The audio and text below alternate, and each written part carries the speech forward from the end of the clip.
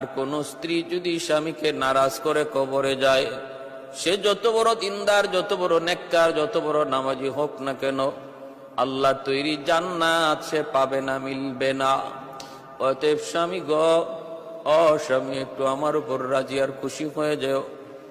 জানি না জানা ও জানায় কোনো কষ্ট তোমাকে দিয়ে ফেলছি কিনা।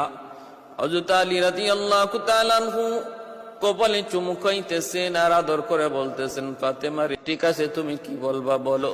খাতুনে জান্নাত বলতেছেন, এক নম্বর কথা হলো, স্বামী আমার মৃত্যু হবে রাতে, আমাকে দাফন করবা তুমি রাতে।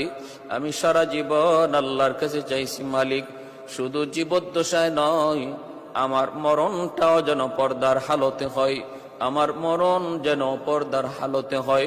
আল্লাহ রাতের বেলায় আমার মরণটা লিখে রাখছেন, অতএব আল্লাহ মৌতের সময় আমার পর্দা তিনি জারি রাখছেন।